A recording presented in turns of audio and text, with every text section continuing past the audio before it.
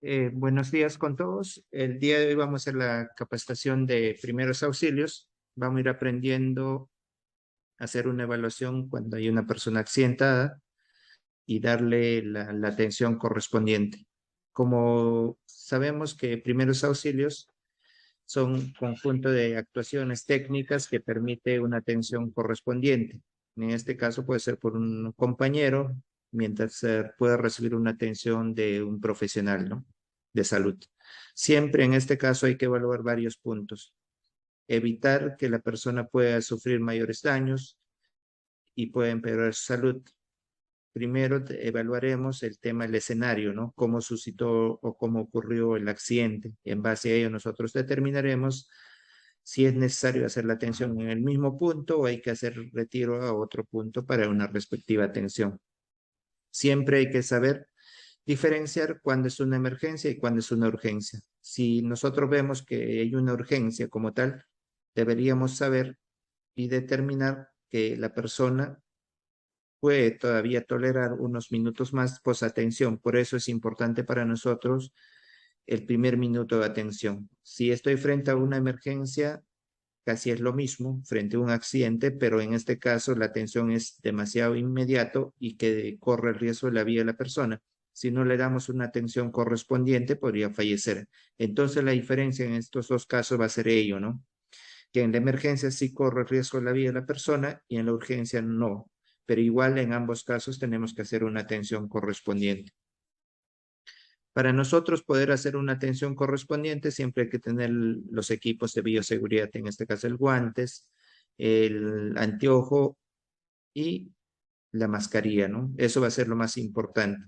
Siempre cuando hagamos una atención hay que saber quién es el primer respondiente. El primer respondiente es la primera persona que está recibiendo la atención y está haciendo la atención. Los testigos va a ser importante. ¿Cómo ocurrió el accidente? No es lo mismo un accidente por caída, no es lo mismo un accidente por atropello, no es lo mismo un accidente que la persona de la nada se desvaneció y así sucesivamente por múltiples tipos de accidentes, ¿no? En base a ello también iremos viendo si nosotros como empresa tenemos los brigadistas, pero ¿qué pasa si yo estoy en camino, ¿no? O estoy en el trabajo y veo que hay un compañero que sufre un desmayo, por ejemplo, ¿no? ¿Qué hacer en ese momento? Entonces, para ello nosotros iremos aprendiendo. Es importante siempre a la persona colocar en una posición segura, como vemos en la foto del lado izquierdo inferior. Siempre deberíamos mantener la tranquilidad. O sea, la persona que está haciendo la atención debería estar lo más tranquilo posible, ¿no? Deberíamos evitar las lesiones más graves, deberíamos tranquilizar al herido, brindarle confianza.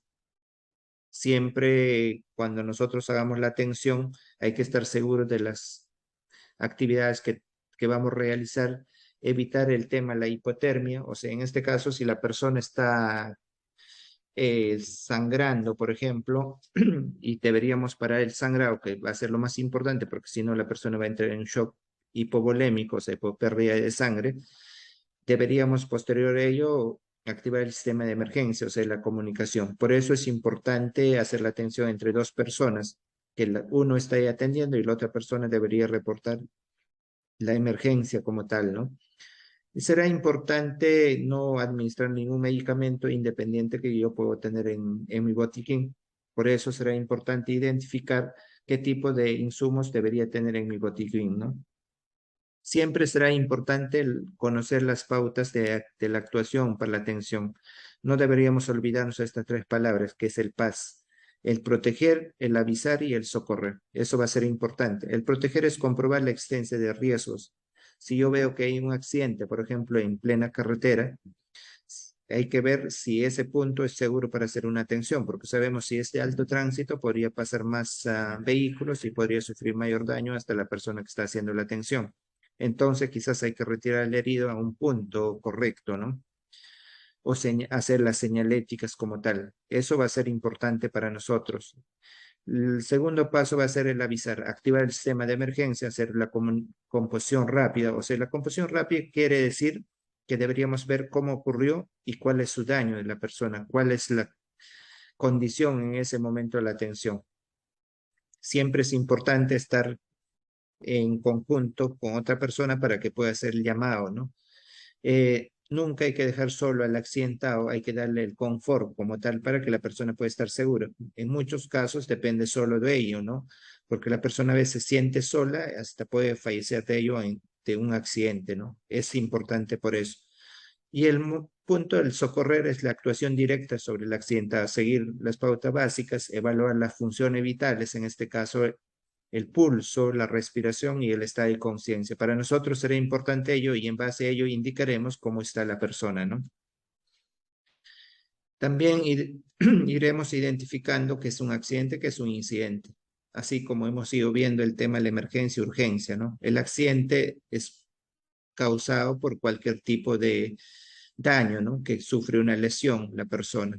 Puede ser un accidente común, puede ser un accidente de trabajo, y un incidente podría ser, por ejemplo, yo estoy pasando, no sé, una grada, me golpeo, es un incidente que no me lleva a una atención como tal.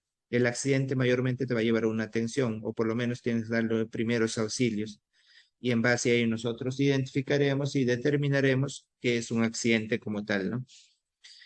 En base a los insumos que nosotros contamos, por eso siempre deberíamos hacer la revisión, hacer el checklist y determinar si todos los insumos que tenemos están vigentes, del listado que tenemos nosotros, si todos los insumos son los correctos para nosotros poder hacer la atención, ¿no? En ese momento nosotros deberíamos determinar qué medidas deberíamos tomar. Entonces, dentro de nuestro botiquín, lo mínimo que debería tener son algunos insumos como agua oxigenada, alcohol, gasas, esparadrapo, apósitos, curita, vendas, guantes, que es importante, el tema de la mascarilla, los lentes, tijera, ¿no? Que es importante un accidente, ¿no? Para poder corroborar que no hay un sangrado de alguna parte del cuerpo, ¿no? El tema de la lenguas, férulas, quizá por ahí, collarín, algodón, ¿no? Que es importante. Entonces, lo mínimo que deberíamos tener son algunos insumos mínimos que deberíamos tener para hacer una buena atención, ¿no? En base a ello, nosotros indicaremos la, la indicación correcta y en base a ello nosotros empezaremos a hacer una evaluación correspondiente. Como ya les hice mención, en este caso haremos tres tipos de evaluaciones: el pulso, la respiración y el estado de conciencia. El pulso, ¿cómo yo evaluaré? Primero determinaré a la persona en cómo está, ¿no? Si tiene pulso, entonces lo que yo debería definir es dónde tengo que evaluar el pulso como tal. Si va a ser a la altura del cuello, que es la arteria carótida, o va a ser a la altura de la muñeca, ¿no? La arteria radial. En base a ello, nosotros determinaremos si esta persona está bien o está mal, o en base a ello nosotros diremos, hoy la persona está sangrando, pero independiente de lo que está sangrando, su pulso está bien. Entonces solo hay que parar el sangrado, no va a tener mayores complicaciones. Pero ¿qué pasa si es una persona que está sangrando en cantidad y el pulso está muy bajo, ¿no? Por eso va a ser importante determinar cuál es el pulso normal de una persona. El pulso normal de una persona es de 60 a 100 latidos por minuto. Por eso siempre hay que tener un reloj o un cronómetro para nosotros determinar si está dentro de los valores normales. Siempre va a ser importante, como ya les hice mención, el lugar de evaluación, la característica del pulso como tal. Entonces, en base a ello, yo indicaré si la persona está estable o no está estable, porque puede ser que evalúo y no tiene el estado de conciencia, no me responde cuando yo le pregunto, puede ser que esté chocado, ¿no? O sea, por el mismo impacto que ha tenido en el accidente. Pero si tiene pulso y tiene respiración dentro de los valores normales, no hay mayor problema, ¿no? Yo puedo evaluar, como les hice mención, en todos esos puntos. Donde vemos los circulitos en la parte roja, que es la arteria, son los puntos donde yo podría determinar cuál es su pulso como tal de cada persona, ¿no? Puede ser radial, como ya les dije, puede ser carotidia, a la altura del cuello, puede ser temporal, la cabeza, y así sucesivamente múltiples modos de poder evaluar, ¿no? Y la frecuencia respiratoria, ¿cómo podría evaluar? La persona igual, ¿no? Tendré que ver si está respirando o no está respirando. Puedo observar, ¿no? Si el tórax hay como una amplexación, y en base a ello yo diré, oye, si respira o no respira. Lo que tengo que saber es cuánto es la respiración normal en un minuto de una persona adulta. Lo normal es de 12 a 20 respiraciones por minuto, más o menos es la quinta parte de la frecuencia cardíaca o del pulso, porque el pulso dijimos que es de 60 a 100. Entonces, la quinta parte es de 12 a 20. Entonces, para no poder olvidarnos, es la quinta parte que es de 12 a 20 la respiración. Y en base a ello nosotros determinaremos cómo está la persona. Quizás el punto del toma la presión arterial no la vamos a poder hacer. Uno, hay que tener mayor práctica y hay que tener el equipo y no todos la tenemos ese equipo. Solo es para tema de conocimiento que también se hace la toma la presión como tal. Igual el tema la temperatura, ¿no? Quizás la temperatura sí, pero para otras enfermedades, no necesariamente para el tema de un accidente. Si yo tengo fiebre, por ejemplo, lo normal es de 36 a 37,5. Si tengo por encima de 37,5, 38, indicaré que la persona tiene fiebre. Esto quizás me puede servir en el día a día, ¿no? Por ejemplo, en un viaje, ¿no?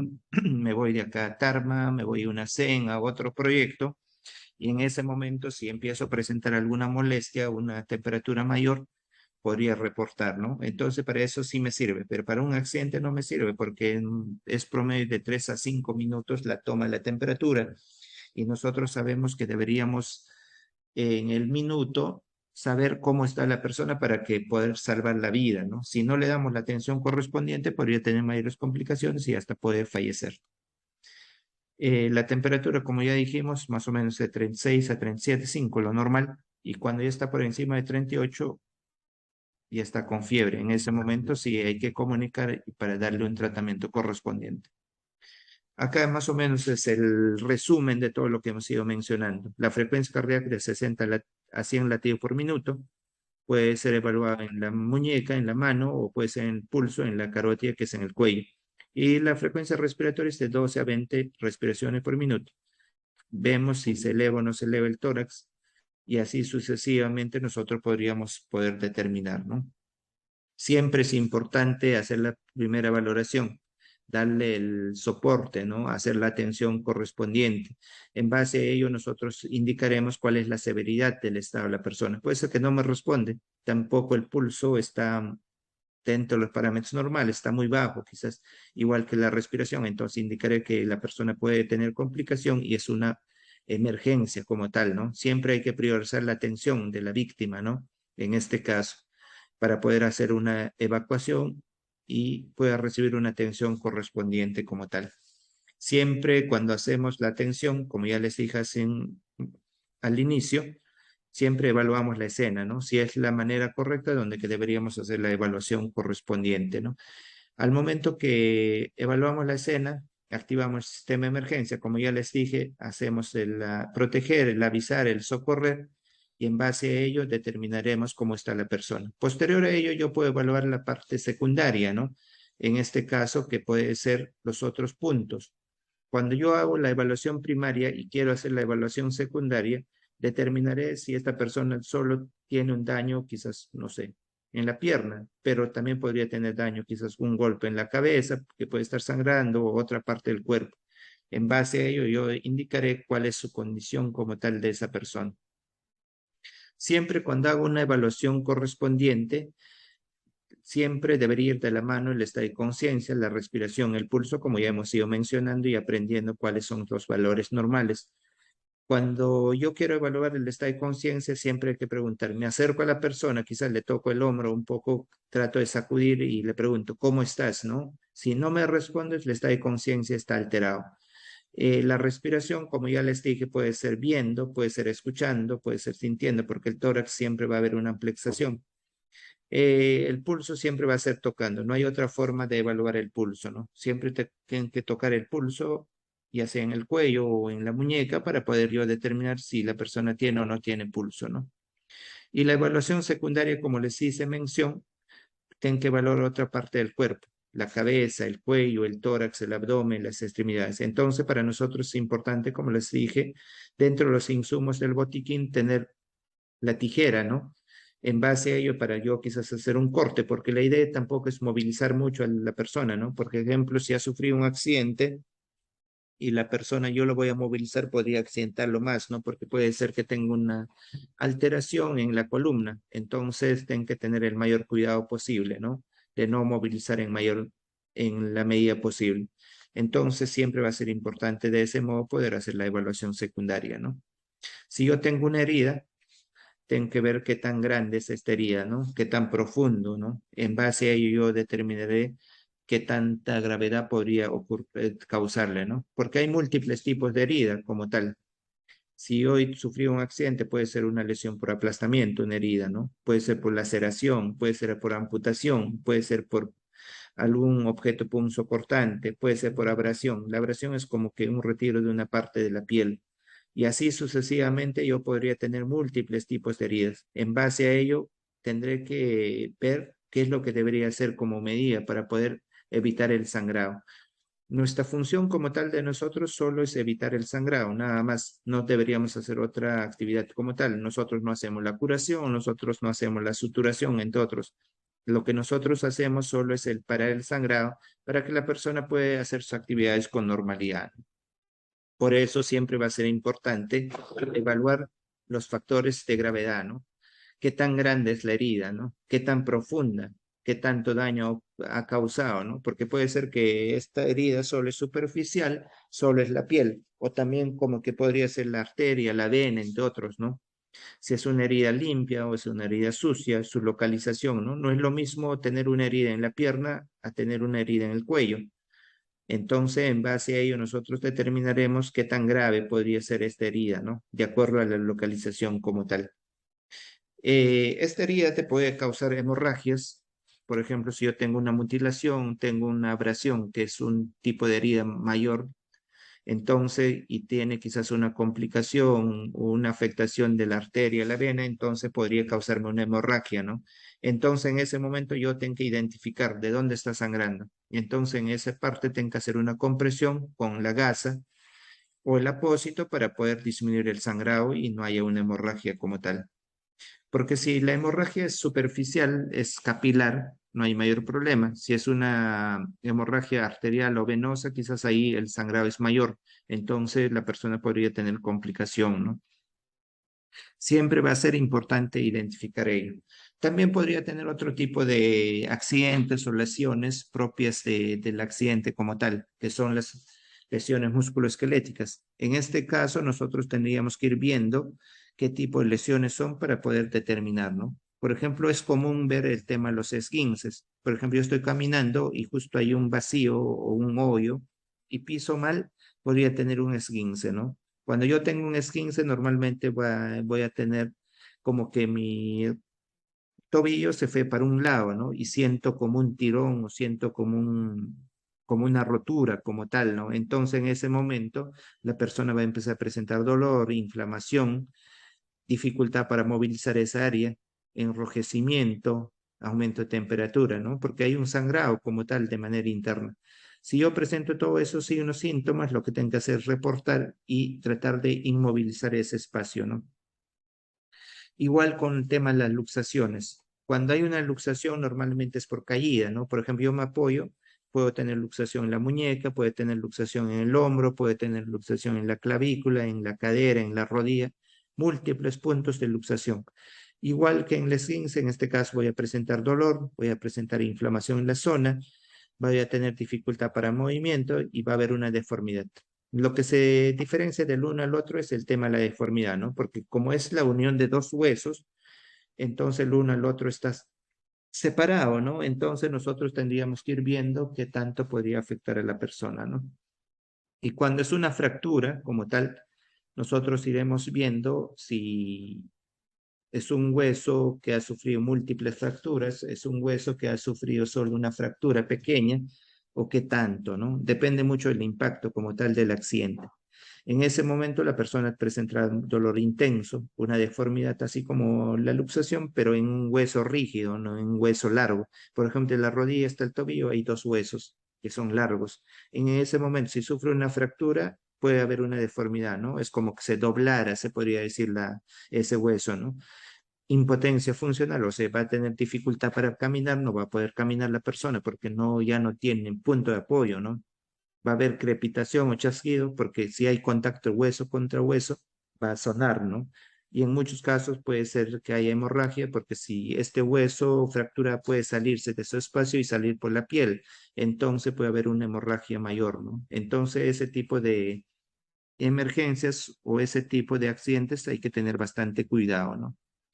En las luxaciones, así como en los esguinces, hay que colocar siempre hielo, ¿no? Por lo menos 10 a 15 minutos para que pueda disminuir la molestia como tal. En las luxaciones, normalmente, o en las fracturas, lo que hacemos es el tema de inmovilizar para que la persona no esté en movimiento y no le duela más. ¿Qué es lo que hacemos?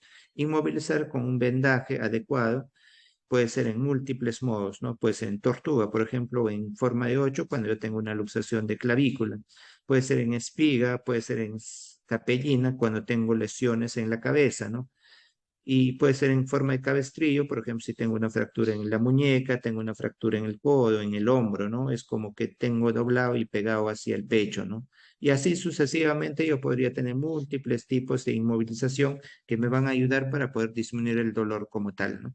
Eso va a ser muy importante para nosotros en el día a día que podemos tener en primeros auxilios. Siempre será importante el tema de comunicar, siempre será importante el tema de identificar el punto del accidente y en base a ello nosotros poder hacer la atención correspondiente, ¿no?